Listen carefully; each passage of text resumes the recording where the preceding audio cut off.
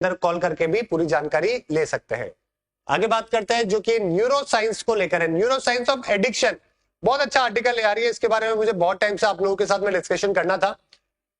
आप लोगों ने देखा होगा एडिक्शन इस दुनिया में सबसे खतरनाक बीमारी है।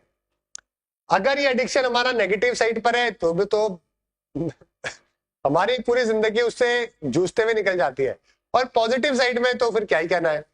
चलो एग्जांपल देता हूं मैं आपको दोनों का, पॉजिटिव और नेगेटिव। एडिक्शन किसी भी चीज का हो सकता है, राइट? ठीक है, नेगेटिव की बात करें तो आपके ड्रग्स, ड्रग्स का मतलब हो गया स्मोकिंग है, कोई वीड है, कोई हैश है, कोई है ना, जो भी आप कोकेन वोकेन किसी भी प्रकार का। इसके अलावा जनरल स्मोकिंग हो गई, अल्कोहल हो गया, ईटिंग डिसऑर्डर हो गया, आपने कुछ मीठा देखा नहीं और आप टूट पड़े नहीं, किसी ने आपसे 2 बार क्या पूछ लिया किसी मीठे के बारे में, अरे खा लेते ना, क्या दिक्कत है यार, अभी तो खा लो क्या फर्क पड़ता है। समझ गए? आपने ये सोचा ही नहीं कि मैंने कितने 2 दिन पहले भी खाया था, 3 दिन पहले भी खाया था, या 5 दिन पहले भी खाया था। ठीक है, अगर आप 10 दिन के, 7 दिन के, 10-15 दिन के गैप में खा रहे हो, दैट्स ओके, लेकिन आपने सोचा भी नहीं इस बारे में। उसके अलावा ठीक है, ये सारे एडिक्शन का पार्ट हो गए। इसके अलावा पोर्नोग्राफी, है ना, और बताओ और क्या क्या हो सकता है? Drug, smoking, alcohol, eating, pornography, stress लेना जबरदस्ती का, ठीक है, कोई लेना नहीं देना नहीं, किसी से आर्ग्यू करना, गुस्सा करना, आर्ग्यू करना, ये सारे के सारे जो है ना, ये एडिक्शन के पार्ट है, जो कि आपकी जनरली जिंदगी के अंदर देखने को मिलते हैं, सबकी जिंदगी में देखने को मिलते हैं। पॉजिटिव की बात करें तो एक्सरसाइज करना, मेडिटेट करना, पीसफुली अपने दिमाग को रखना, अपने काम पे फोकस करना। ऑलराइट, ठीक है। अब आप ये मत बोलना कि सर ये तो अमरता की निशानी है, अमर अमर कोई नहीं होता। लेकिन ये सारी भी आपके पॉजिटिव एडिक्शन के साइड्स होते हैं। सच बता रहा हूँ, मेरी जिंदगी के अंदर मैं अगर एक्सरसाइज नहीं करता ना तो मेरे स्ट्रेस आ जाता है। मैं मेडिटेट ना करूं, एक्सरसाइज ना करूं, तो मेरे लिए ये स्ट्रेस का कारण बनते हैं, जो कि अच्छी बात है। That's a positive side of stress, ये तो होना चाहिए। ओके, क्योंकि ये सब चीजें जो है वो मेरी जिंदगी में बहुत पहले ही छूट चुकी है, बहुत पहले ही मैं इन सब चीजों से ऊपर निकल चुका हूं। समझ गए? तो अब एडिक्शन होती कैसे है और ये हमारे दिमाग में कैसे काम करती है, ये हमें न्यूरोसाइंस की तरफ पढ़ाई करनी है। देखो, हमारे दिमाग के 3 प्रकार के पार्ट होते हैं, समझ गए? मैं आपको एक मैप दिखाता हूं, उससे आपको ज्यादा समझ में आएगी। ये देखिए, एक तो है बेसल गैंग्लियम। बेसल क्या करता है? ये आपको हैबिट बनाता है और ये आपका बिहेवियर शो करता है, और ये आपको रिवॉर्ड भी देता है और मोटिवेट भी करता है। यही पार्ट है सेंटर ऑफ द ब्रेन आपका, जो कि सारे काम करेगा। समझ गए? ये आपको हैबिट बिल्ड करता है आपकी। जैसे कि फॉर एग्जांपल, मुझे तो जल्दी उठना ही नहीं है, लेट उठना है, लेट सोना है, आपकी हैबिट बन चुकी है उसका। आपका बिहेवियर गुस्सा करना, लड़ाई करना, किसी से आर्ग्यू करना, गलत बोलना, गाली गलौज करना, ठीक है। कई बार जो है वो आपको रिवॉर्ड भी देता ही है कि चल यार कोई बात नहीं, तूने 10 दिन बहुत अच्छी मेहनत करी, चल आज तू अच्छा खा ले, कोई दिक्कत नहीं है, ठीक है। तो आपको रिवॉर्ड हो गया ये आपके वापस से सेंस को डेवलप कर दिया, है ना। मोटिवेट करना, नहीं यार कुछ अच्छा करते हैं वापस से, ठीक है। ये सारा काम जो है वो बेसल का काम करता है। अब क्या होता है, जब आपकी हैबिट यहाँ पे आप इसको ब्रेक करते हो ना, जैसे कि नेगेटिव के बारे में बात करते हैं, पॉजिटिव है तो फिर बात ही क्यों करनी है नेगेटिव। जैसे आप अपनी हैबिट ब्रेक करोगे, आपका दिमाग जो है वो दूसरा पार्ट आपका दिमाग का काम करेगा, जो कि है आपका कौन सा? एक्सटेंडेड एम्बीडाला, ठीक है। एम्बीडाला क्या करेगा? ये आपको स्ट्रेस देगा और एंजाइटी देगा। ये बोलेगा नहीं यार, खाना तो आप मिठाई है सामने, ठीक है, या फिर आप कई दिनों से स्मोकिंग कर रहे हो, अल्कोहल पी रहे हो, और आज रोकना है, आपको बड़ा बुरा फील हो रहा है यार, बहुत गंदा फील हो रहा है, छोड़ना है मेरे को। अब जैसे ही आप वो हैबिट की बात करोगे ना, आपका ब्रेन का सेकंड पार्ट काम करने लगेगा, ठीक है, जिसमें आपको स्ट्रेस और एंजाइटी आएगी। आपकी बॉडी फाइट करने लगेगी या फिर भागने लगेगी, या तो फ्लाइट होगा या फाइट होगा। ये रेस्पॉन्स आपका एक्टिवेट हो जाएगा। समझ गए? अब मोस्ट इंपॉर्टेंट जो रोल है वो तीसरे वाले स्टेज का है। कौन सा वाला? प्रीफ्रंटल कॉर्टेक्स का। ये प्रीफ्रंटल कॉर्टेक्स है, ये जो ऐसी सिचुएशन में डिसीजन लेगा, डिसीजन मेकिंग करेगा, क्या करना चाहिए। समझ गए? मैं कंट्रोल करूं या फिर मैं क्या करूं, इसकी तरफ खत्म करूं। मैं तो चुप कर लेता हूं, अपनी बहाना मारेगा आपका दिमाग। है ना, अरे नहीं कल से स्टार्ट करेंगे, अरे नहीं कल देखते हैं, अरे नहीं अभी तो मेरी एज ही बहुत कम है, मैं तो कुछ भी कर सकता हूँ, अरे कुछ सालों की बात है मैनेज कर लो, अरे छोड़ो ना यार मुझे पढ़ाई करनी है, मुझे फ्री होना है, कोई बात नहीं ठीक है, जो भी करना है कर कुरा के पढ़ाई की तरफ काम करेंगे। समझ गए, बहुत सारी चीजें होगी, मतलब बहुत सारी, कई सारे लोग जबरदस्ती कोई चीजों को क्रिएट करके जो है वो पढ़ाई के नाम के ऊपर अपना काम कर रहे होते हैं। समझ गए, बहुत सारी हैबिट्स है ना, एक सिगरेट पी लेते हैं यार उसके बाद मैं पढ़ाई करूंगा, ये आपके दिमाग ने डिसीजन ले लिया है, क्यों, क्योंकि ये प्री फ्रंटल कॉर्टेक्स है। अब इंटरेस्टिंग बात पता है क्या है, प्री फ्रंटल कॉर्टेक्स जो है ना वो 25 साल तक जो है वो आपका प्री मिच्योर वाली स्टेज पे होता है। तो ये आपका बेचारा दिमाग जो है ना आपका डिसीजन मेकिंग कर ही नहीं पाता, मेजरली जो है ये नेगेटिव साइड पे जाएगा। तो तभी जब आप इंजीनियरिंग कॉलेज में होते हो, स्कूल के अंदर होते हो ना, तो आप हमेशा फेल होते हो अपने डिसीजन मेकिंग के अंदर ज्यादातर, क्योंकि आप कंट्रोल ही नहीं कर पा रहे होते हो, क्योंकि आपकी हैबिट तो है नहीं, और आपका दिमाग जो आपका प्री फ्रंटल जो कि आपका मेच्योरिटी वाला पार्ट है वो आपका डेवलप ही नहीं हो पाया है।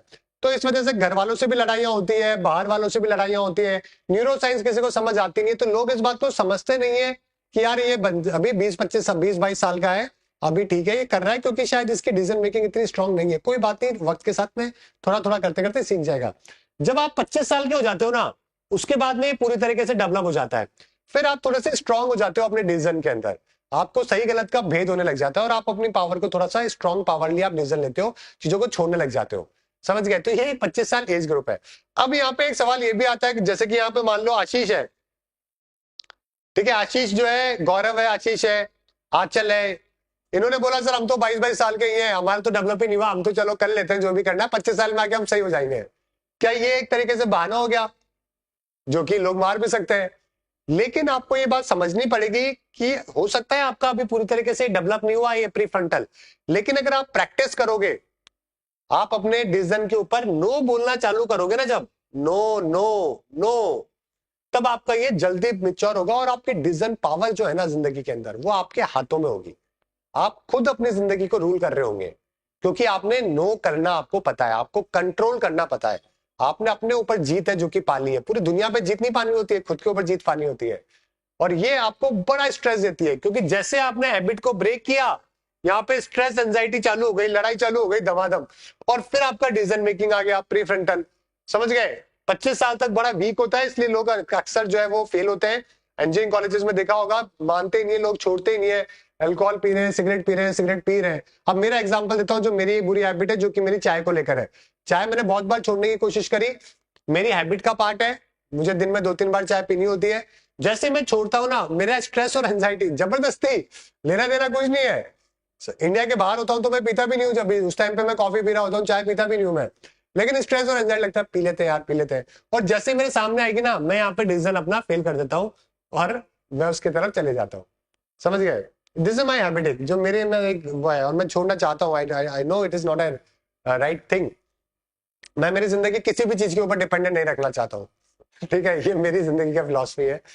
तो मैंने इसीलिए कभी भी किसी भी तरीके से कोई नशे पते कोई भी, कभी मैंने उस चीज को ओवरकम, मतलब मेरे ऊपर हावी नहीं होने दिया।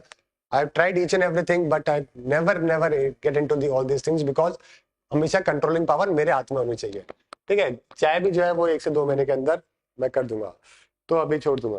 तो ये आपका पूरा ब्रेन का मैकेनिज्म है, ये न्यूरो साइंस है।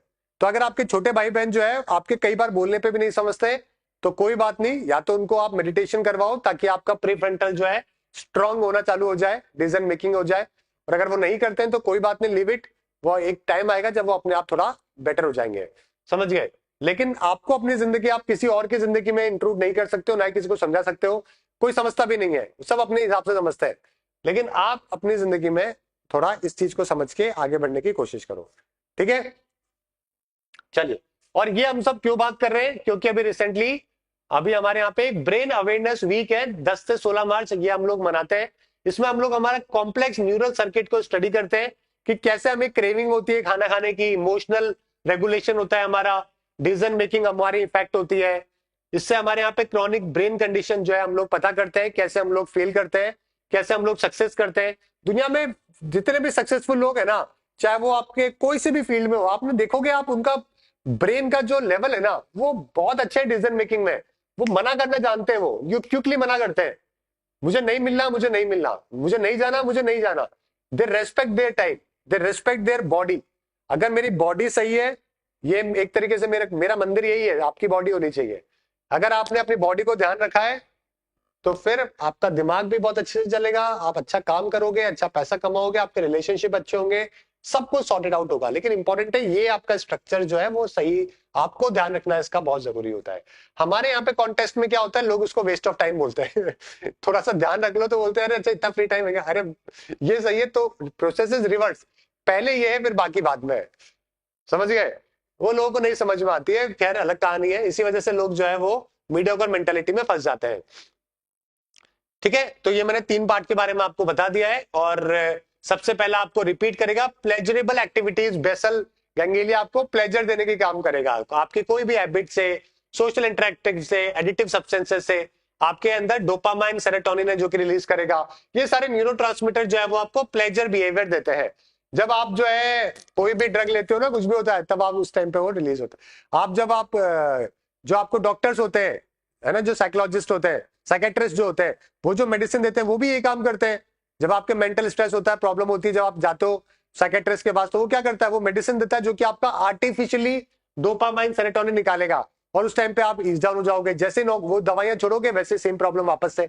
तो इसी वजह से जो है इनको रिलीज करने का बेटर तरीका और भी होता है, जो कि आपकी पॉजिटिव हैबिट्स है। आप जिम जाके आओ, उसके बाद देखो आपको कितना अच्छा लगेगा। आप 1 घंटे जो है पैदल वॉक करके आ जाओ, आप देखो कितना अच्छा लगेगा। आप हमें छोटे छोटे टारगेट पूरा करो, आपको देखो कितना अच्छा लगेगा। समझ गए? तो उस टाइम पे भी आपका डोपामाइन, सेरोटोनिन है जो कि आपकी बॉडी से रिलीज होता है, और ये बेसल गैंग्लिया है जो कि करवाता है। ये आपको एंजाइटी देगा, इरिटेशन करेगा, अनीज करेगा जब कोई भी चीज को आप छोड़ देते हो। समझ गए? और ये आपको पुश करेगा कि यूज कर लेना यार, क्या फर्क पड़ता है, आज आज कर ले, कल कल कर ले, इस तरीके से। ऑलराइट, और लास्ट वाला जो है वो आपको जो है सब कुछ पता होता है, हार्मफुल इफेक्ट, उसके बाद में भी ये आपके डिसीजन के ऊपर सबसे बड़ा इंपैक्ट है जो कि डालता है। यही डिसीजन मेकिंग करता है, टाइम मैनेजमेंट करता है, प्रायोरिटाइज करता है चीजों को। ओके, और ये आपकी जिंदगी में 3 इंपॉर्टेंट चीजें हैं, क्या डिसीजन लेते हो, टाइम मैनेज कैसे करते हो, और कौन किसी चीज को प्रायोरिटाइज करते हो दिन भर में। That is the most important part of your habits. Alright, कुछ चीजों को अपनी दीवार पे घर पे लिख लिया करो, मोबाइल फोन के स्क्रीनशॉट पे, है ना, कैटरीना कैफ का फोटो हटा के ये सब चीजें लिख लो, ये सब लगा लो। दिन में 10 बार देखोगे तो शायद प्रायोरिटी करना सीख जाओगे, टाइम मैनेजमेंट करना सीख जाओगे, है ना। मोबाइल 10 बार चलाते हो तो वहीं पे लगा लो स्क्रीनशॉट पे ये सब चीजें, decision making, time management, prioritisation. Okay, चलिए ठीक है। जब आप छोटे होते हो, एडोलेसेंट वाली एज में होते हो ना, तब बड़ी क्रिटिकली और बहुत ही रिस्क वाले पीरियड के ऊपर होते हो। इसीलिए सबसे ज्यादा लोग जो है वो कॉलेज के अंदर जो है वो स्कूल कॉलेज में जो है खराब होने की, जिसको बोलते हैं ना घर वाले, खराब हो रहा है हमारा लड़का, तो हमारा लड़का खराब क्यों हो रहा है, क्योंकि वो एज जो है वो बहुत रिस्क वाला पीरियड होता है। समझ गए? उस टाइम पे आपका ब्रेन जो है वो डेवलप हो रहा होता है, और आपका जो प्रीफ्रंटल कॉर्टेक्स है वो इम्पल्स और डिसीजन मेकिंग जो है वो इतना नहीं कर पाता है, और ये सबसे लास्ट में मिच्योर होता है एक्चुअली के अंदर। और इसका जो एज है वो नियर बाय 25 साल के आसपास होता है। ठीक है, और भी कई सारे रीजन है जो कि एडिक्शन के होते हैं, ऐसी बात नहीं है। आपके जेनेटिक भी इश्यूज होते हैं, फैमिली प्रॉब्लम्स भी होती है, साइकोलॉजिकल फैक्टर्स भी होते हैं, इन्वायरमेंट भी होता है ना। आप आसपास के पीयर प्रेशर होता है, दोस्त करते हैं आप नहीं करते, आप कूल कम लगना, कूल नहीं लगते हो, आपको लगता है कि इससे तो कूल बनते हैं, तो कूल के चक्कर में कूल हो जाते हो आप, जिंदगी भर एडिक्शन हो जाती है। ऑलराइट, तो ये वाली कहानी है। ठीक है, तो ये ब्रेन अवेयरनेस वीक है जो कि सबसे पहले 1995 में स्टार्ट किया गया डैना एलेंस के द्वारा। उसके बाद 1996 में पहली बार इसको सेलिब्रेट किया गया, 2013 में ब्रेन इनिशिएटिव लॉन्च हुआ, और 2021 के अंदर इसको कई सारे कंट्रीज ने इसमें पार्टिसिपेशन करना स्टार्ट हुआ। छत्रपति शिवाजी महाराज जी के ऊपर भी